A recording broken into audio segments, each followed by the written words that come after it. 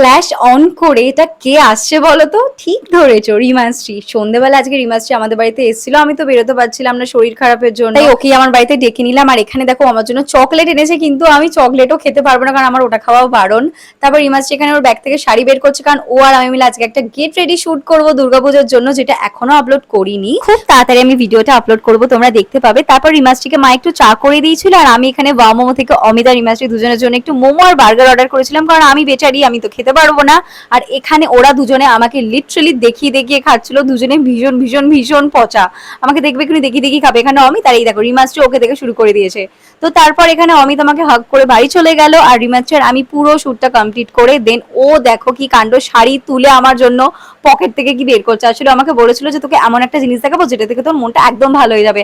আর সত্যি ভালো হয়ে গেছিল। একটা ছোট্ট মিষ্টি সাবস্ক্রাইবার আমাকে আর রিমাশ্রীকে একটা চিঠি লিখেছিল, আর চিঠিটা পড়ে মনটা সত্যি ভীষণ ভালো হয়ে গেছিল।